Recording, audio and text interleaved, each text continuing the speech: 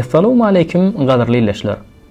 Bu gedeki videomuz Ebul Abbas Seyyari radiyallahu anh barada bolur. Ebul Abbas Seyyari radiyallahu anh beýik hak dostu, zamanasının meşhur alimlerinin biri. Ebul Abbas Seyyari Hazretlerinin dolu adı Ebul Abbas Qasim bin Mehdi Es-Seyyar el-Mervedi radiyallahu anh bolup, künyesi Ebul Abbas Seyyarıdır.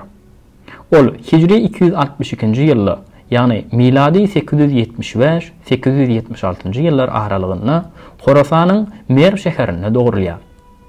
Onuň Seyyar lakamy babasy Ahmet bin Seyyardan galýar.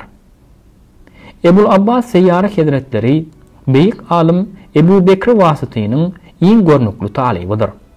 Ol başgada bir näçe ady belli sopularyň, meşhur alimlaryň ders halkasynda oturup, olardan ilim hemde edebe öwrenýär. Fakat hemde hadis ilimlerinde beýik mertebelere ýetýär.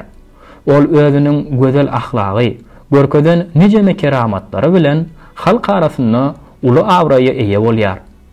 Onuň sopuçuluk ýoluny eýerýän taliplara da Seyyar diýilýär eken. Tarihi çeşmelerde Ebul Abbas Seyyar Hazretlerinin sopuçuluk ilmine hallar nazariyeti doğrusunda söz açan ilkinci kişi degi tawhid, Allah'ın birligi meselesinin üstünne ören köp durandygy, munun bilen bagly garaýşlarynyň batyl mezhep bolan Cebriye akymynyň pikirlerine ýakynlaşandygy, bu sebäpden hem Cebriyetçiler bilen deň hatarda görülüp, köp kynçylyk çekendigi hakynda beýan edilýär. Tasawwufdaky seyri sulukda, ýani sopuçulukda beýik mertebelere ýetmek üçin girilýän ruhy ýolagçylykda gawat gelinýän jem, birlik haly we tefrika, bölünme haly hallary hakynda ilkinji gedek düşündiriş beren hem Ebul Abbas Seyyar Hazretleridir. Ona göre tawhid diýmek insanyň aňyna hak Tagalladan gaýry hiç bir zadyň gelmezligidir. Hakyky magfiret, ýani Allah'ny tanamak bolsa, ondan başgasyny ýatlamazlykdyr. Ebul Abbas Seyyar Hazretleriniň ders halkasyna söhbetine gatnaşýanlaryň arasynda onuň aýal doganynyň ogly Abdulwahid bin Ali Es-Seyyar bilen Muhammed bin Omar bin Şebuyye el-Mervedi hem bardy. Ebul Abbas Seyyar Hazretlerinden soňra onuň ýegeni Abdulwahid bin Ali Es-Seyyari bu cemaatın şeyhi saylanýar. Harerizade diýen alim Abdulwahid bin Ali Es-Seyyardan soňra şeyhlik mertebesiniň Muhammed bin Hüseyin Es-Süleme, ondan soňra da Abdülkerim el-Kuşeyre geçendigini ýazýar. Ebul Abbas Seyyari'nin ustadlar silsilesini, ýagny zincirini bolsa, Ebu Bekir el-Wasyty Hazretleri, ondan ýokarlygyna Hazreti Cüneydi Bagdadi, ondan hem bir näçe ustadyň ara girmegi bilen Hazreti Ibrahim bin Ethem, onu da Hazreti Veysel Qarani, ýagny Veys baba Hazretleri bilen baglaşdyrýar. Ebul Abbas Seyyari Hazretleriniň ata babalary bütün merde tanalýan bay, rızqally döwletli adamlardy. Oňa kakasyndan ägirt uly baýlyk miras galýar.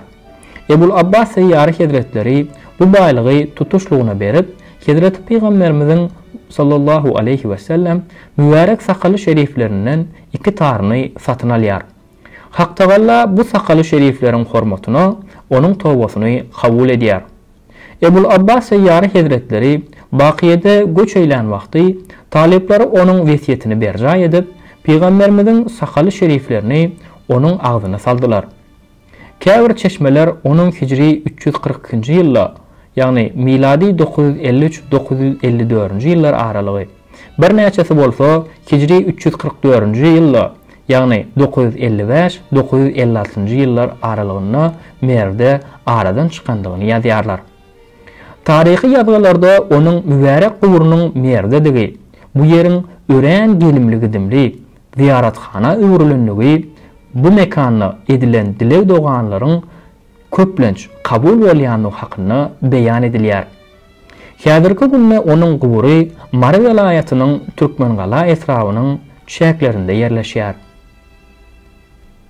Ebul Abbas Seyyari Hazretlerinin radiyallahu anh nasihatlarından.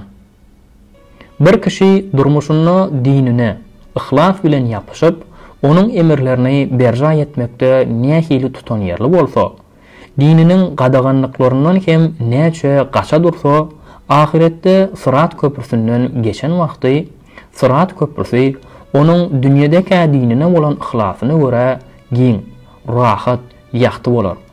Tersine, insan bu dünyada dinin buyruklarına biparh qarap, olary yerine getirmekde hayal etse, üstüne de dinine berk yapışıp Allah'ın razılığına göre yaşamak isleýänlere beýdip ownap seljerjek bolup durma diýse, ahirette Sırat köprüsünden geçen wagty Sırat köprüsü onun dünyadaki dinine gowşak tutuşuna göre daralar, gysylar.